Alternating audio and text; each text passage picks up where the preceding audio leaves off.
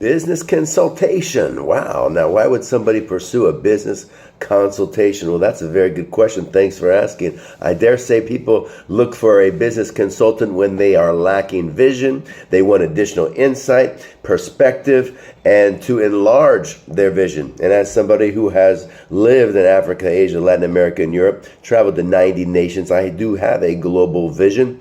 And when I do business consulting, I use a paradigm called PESTLE, which I'm going to go through it with you and explain my protocol and how I approach business consultations when I deal with corporations, multinational companies, CEOs, directors of organizations, and even nonprofit leaders, and even sometimes pastors and churches who are looking to find ways to improve their effectiveness, and see how they can increase their impact and even create various income streams to help finance their causes. And I will again now outline my paradigm and approach when I deal with these CEOs and leaders, and how when I walk through their companies and take an overview and an analysis and inventory of their organizations.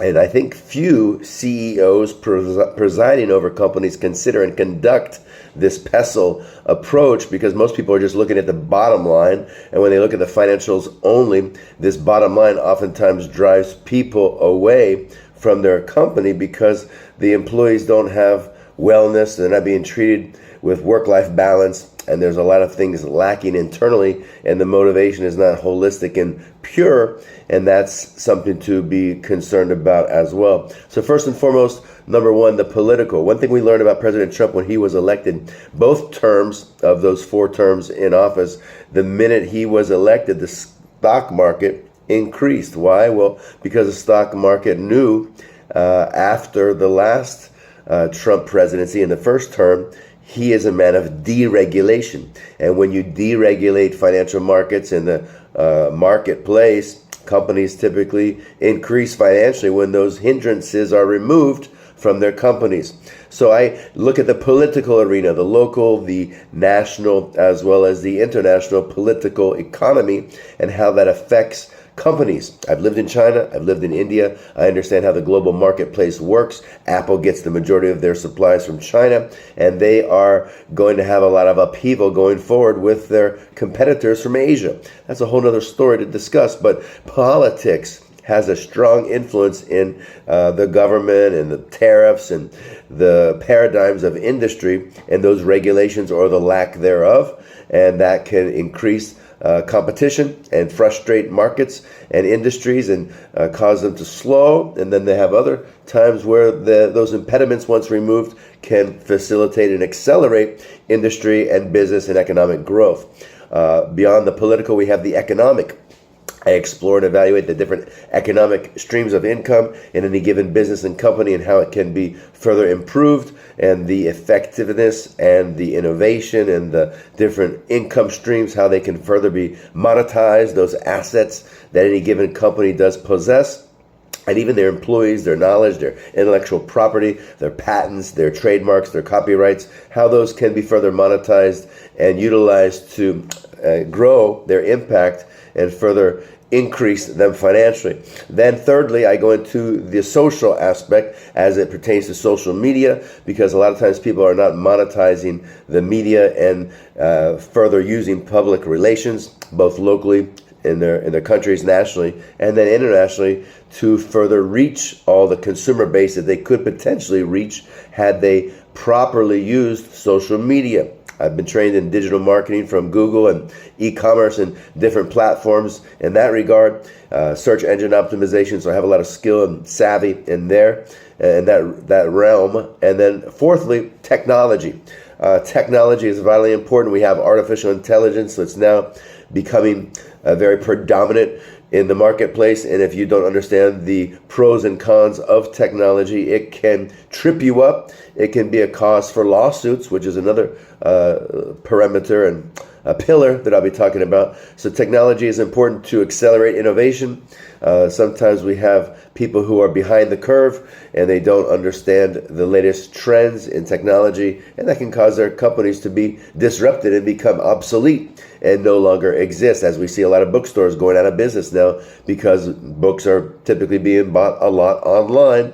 Not all. We still have a lot of paperback readers, but nonetheless the bookstores have been removed oftentimes because people are buying their paperbacks online from other sources. So these technological innovations can be disruptive, and we have to be alert and aware to them, of them, and otherwise we can be undone by them. Lastly, or not lastly, but thereafter, we have the legal arena. The threats for lawsuits can be very disruptive, as we know with food. Those who are producing and manufacturing food products, they have one lawsuit and their company can go bankrupt and go out of business.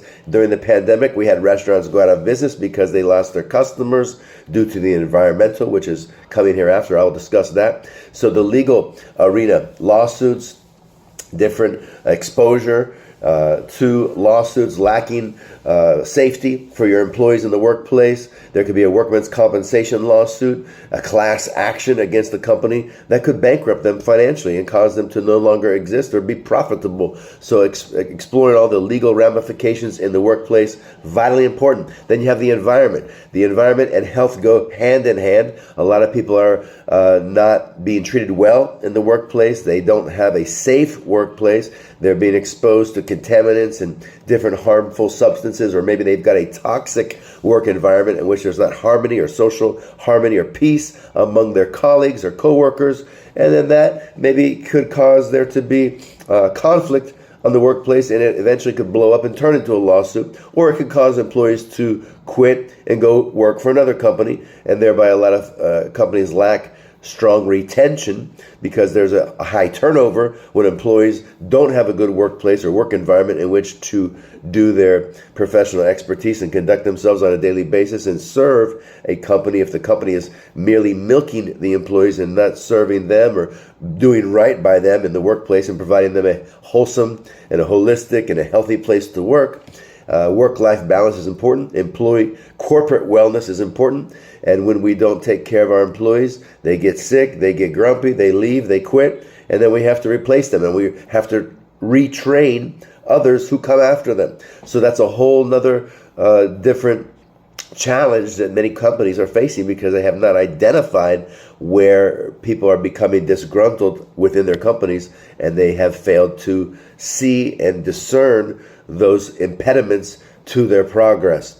So the environmental. And lastly, I also sometimes deal with the spiritual. I'm a minister. I've ministered around the world, graduated from 3 Bible colleges, in addition to having earned 4 master's degrees.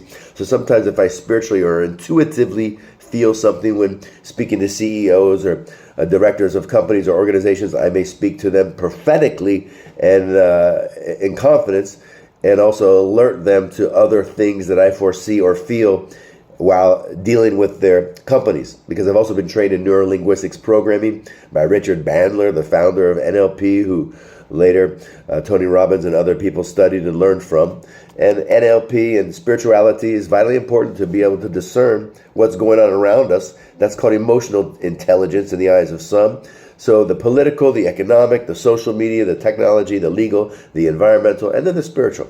All of these are vitally important, and I go through them all, and that's the lens and the protocol and the manner in which I approach business consulting. As somebody who's earned 4 master's degrees, I'll tell you what they are: Global Affairs, New York University, International Law, Michigan State University College of Law, Educational Leadership, University of Texas, and University of Alabama. I earned a master's degree in health.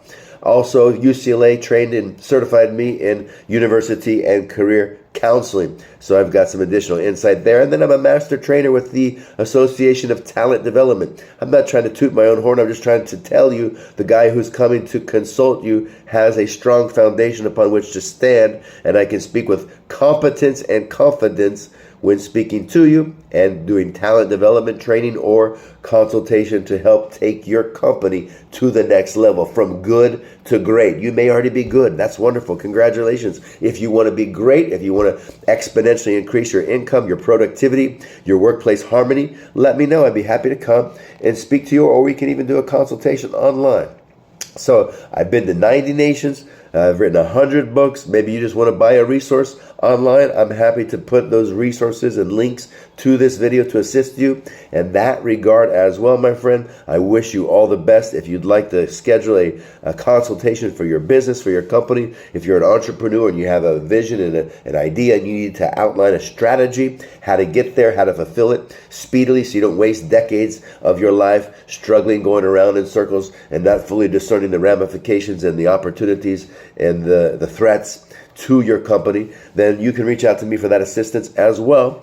And lastly, like I said, I'll put some links, a couple of my books that I think will help you, and then my websites. And I look forward to hearing from you and seeing how I can serve you wherever you are in the world. I'm happy to go there or come online virtually and help and assist you and empower you to take your company and your income to the next level.